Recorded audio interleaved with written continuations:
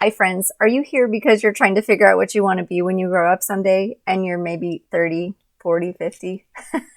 That was me too. I couldn't decide whether I wanted to be a nurse or a teacher for years. As a child, as a high schooler, as a college student, I took microbiology and I got scared and I didn't think I could be a nurse because I thought it was too hard. And so I ended up becoming a teacher, and although I loved it, I learned Spanish and taught Spanish and it was great. I came to about 44 years old. That's a long story in itself, but I decided to go back for teaching. I want to show you a little picture that's really fun. Hopefully you can see it without too much glare. So this is me as a little girl. I was probably 8 or 10, something like that. Here's my sister. She was on TV tray stands as her crutches. Can you tell I was the nurse? And then here's my brother. He is on an old lawnmower with a sled behind his head, a rug also for padding, of course, and a little rag rug, and then a tablecloth, a really old tablecloth. And so this was me playing nurse. And as I looked through some old photos, I realized that there were a few of me doing nurse kinds of things, and I feel like it's been something that's in my heart.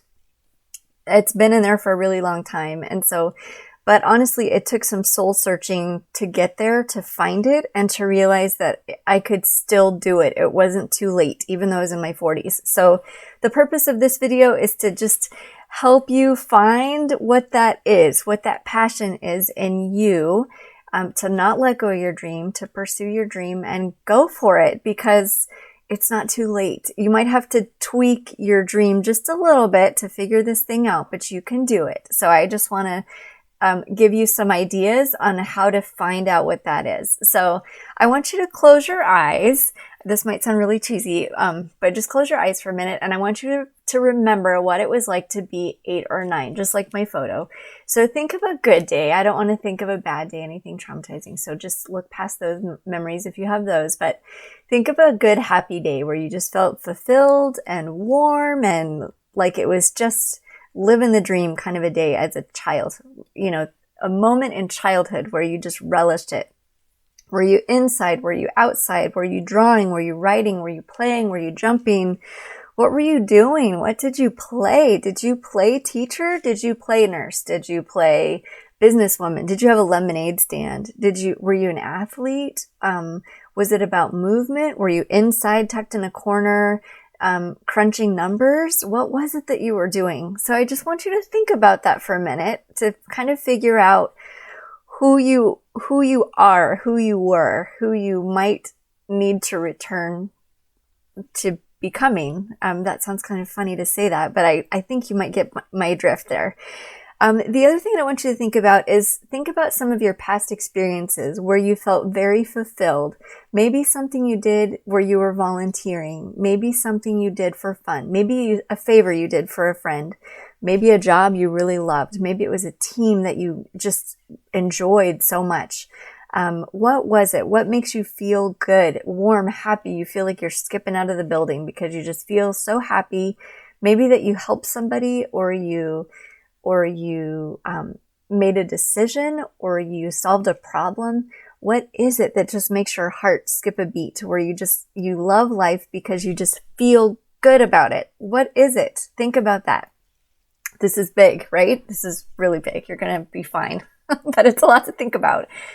This video might be 10 minutes, but this might take hours or days or a while to figure this out. And be patient with yourself because this is big. This is kind of who you are.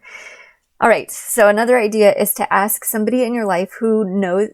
Two things. They have to know you really well, and they have to be a positive person. They can't be somebody who's like, no, you can't do that. So don't ask that person. You know who that is.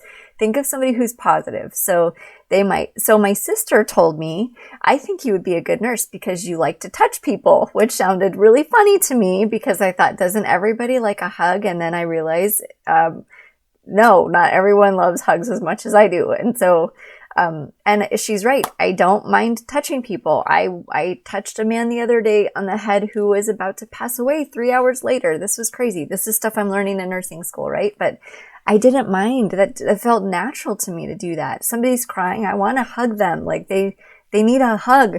So yeah, that did give me insight into thinking, yes, I do like making that human connection with people. So that is not weird to me in the least. But ask people, what do you think I'd be good at? What do you see that I enjoy? What do I say when I finish a task or when I finish meeting with someone? What is it that you think I would be good at? Because that really did give me some insight. Another thing my dad would tell me this is think about what you don't want to do. That helps guide you in what you do want to do, right?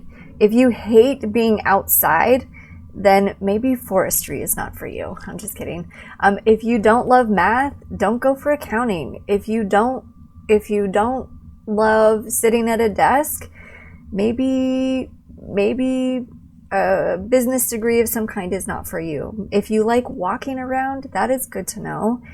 If you just think about it, inside, outside, social, kind of, do you not want to be around a lot of people? Would you rather solve a problem by yourself? Do you love computers?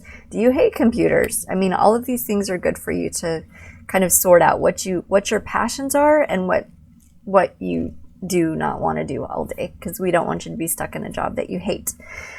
There are a couple other things you could do online if you just do a little search for a career or a skills inventory. They give you ideas. It's kind of the classic thing they did to you maybe in high school. What are you interested in? What do you like to do? What don't you like to do? It's just, if you're into kind of test taking, marking off some answers, that might be helpful to you. If you are a person of faith, I would highly suggest that you pray about this. Just ask God, even if you're not a person of faith, ask God, what am I made for? What is my purpose? Why am I here on this earth? And what can I do? What are my gifts? There are spiritual gift inventories as well. Those you can find them everywhere online. But to see kind of where your heart is with this, like, are you a hospitable kind of person? Are you an artsy person? Are you mathy? Do you like being in front of people? Would you rather be in the background? All of those are helpful little tidbits to know about you. So this is all about soul searching, and you're gonna figure this out. It's gonna be okay. All right. Also, this is a little more practical. I do want to have some practical tips here as well. Let's pretend that you already have that degree. You're thinking, CPA, accounting maybe, but then I want you to look for a job that has that degree. Are they available? Are they obsolete? Do you need more maybe computer skills training? I know some of us that maybe have stayed at home with kids for a while. Technology changes so fast, and so we kind of have to reinvent ourselves a little bit and keep up with it. And so maybe it would be taking a class at a library or getting online and just becoming familiar with certain programs. But I want you to think, do I really want that job? The jobs that are out there. Is it teaching? Are there enough teaching jobs in your area? Healthcare, I feel like there are always jobs. There are tons of jobs. I actually applied for a job. This was like a year and a half ago. There were 100 applicants for an administrative assistant position. It paid well. That's why there were so many. I think I made it to the top 5, and then I did not get the job. And then I started looking at nursing jobs, and it was like a $5,000 sign-on bonus. And I was thinking, what? Just to sign on? That's at least a couple months salary as an administrative assistant. And so it started me thinking, I need to provide for my kids, and this would be a way to do that. It's taking work, but it's worth it. Okay. Also, so think about, is this job that I think I want a degree in going to pay the bills? Will it be enough? So think about it. Or maybe you love arts. You're thinking graphic design of some kind. Maybe, the joke is always about a starving artist, right? We don't want you to be starving. We want you to be able to have a job that can sustain you. So maybe these days it'll be a little bit more computer graphic design.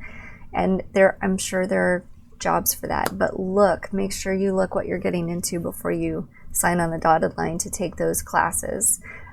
Also, this is a little personal opinion here, but I think you'll do better if you actually get a license in something. So if it's real estate, if it's CPA, if it's a CNA, an LPN, an RN, those are all a bunch of acronyms I just realized. But if you're a teaching license, if you get a degree that has a license with it, I think you'll do better because so many jobs require a license in something. If it's early childhood education, you will need a license. So sometimes with a licensure, you will need to take a board exam. So check out a book from a library. I'm a frugal kind of girl, so use that library. Librarians are great resources. At our local library, there are online resources to just do practice tests, like entrance exams to get into something. But you could also just check out a book for what am I actually getting myself into with this degree? Do you have any background knowledge, or is it going to be starting from scratch? And again, this is what college classes are for. They help you be ready for those board exams. But just know that there might be some sort of an exam at the end. Don't freak out. It's going to be fine. Just learn. Think about just learning the process versus just cramming for a test, getting it over with, because you'll need that information as you get further into your degree. And then the last one is, I'm an optimist to the max, maybe to a fault. But in this too, I also had to be realistic. So I am 45 years old. I cannot be lifting patients that are heavier than me by myself into my 60s. I just don't think that's realistic. And so, yes, I try to work on my core and do all the good for you things, right? But I also want to be realistic as to what I can handle. So as a nurse, I'm starting to look at the schedules. Can I work nights?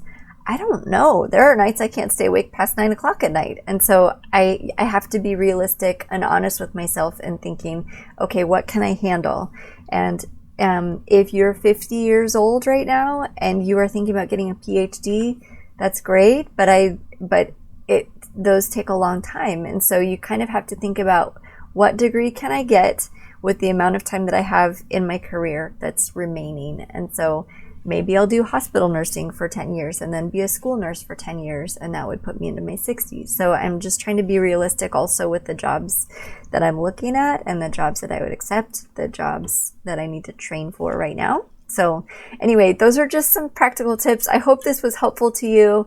Please let me know in the comments below what you're interested in. I would love to hear what you're doing and what your journey is looking like. So you can do it. Take courage. Just put one foot in front of the other.